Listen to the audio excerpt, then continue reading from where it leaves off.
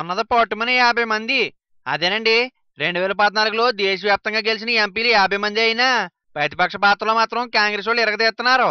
రాహుల్ బాబు యాత్రలతో ఇరగదీస్తుంటే ఇటు లోక్సభ రాజ్యసభలో నిరసనలు ధర్నాలు వాకౌట్లతో కాంగ్రెస్ ఎంపీలు దేశ ప్రజలను అలరింతున్నారు.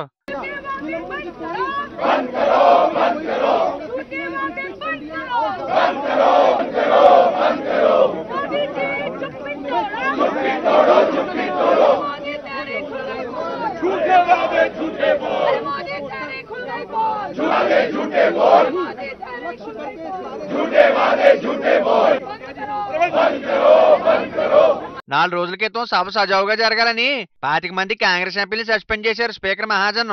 అయితే దాన్ని కాంగ్రెస్ పార్టీ ఆయుధంగా మార్చుకుంది. మౌన ప్రదర్శనలో ధర్నాలు దిష్టిబొమ్మలు దగ్ధం చేసి దేశమంతా కాంగ్రెస్ పార్టీ మళ్ళీ ఊపులోకి రావడానికి ఇది పనికొచ్చింది.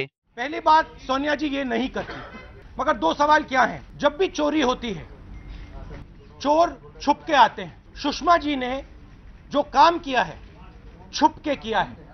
मिनिस्ट्री में एक व्यक्ति को नहीं मालूम था कि सुषमा जी ये काम करने जा रही थी. सुषमा जी के परिवार को, पति को और उनकी बेटी को ललित मोदी जी ने पैसा दिया है.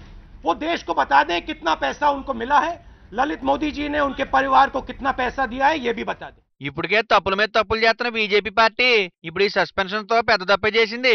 ఒకేసారి ఇంతమందిని సస్పెండ్ చేయడం చాలా ఘోరమని అన్ని పార్టీలోళ్ళు కాంగ్రెస్ కి సపోర్ట్ చేస్తున్నారు.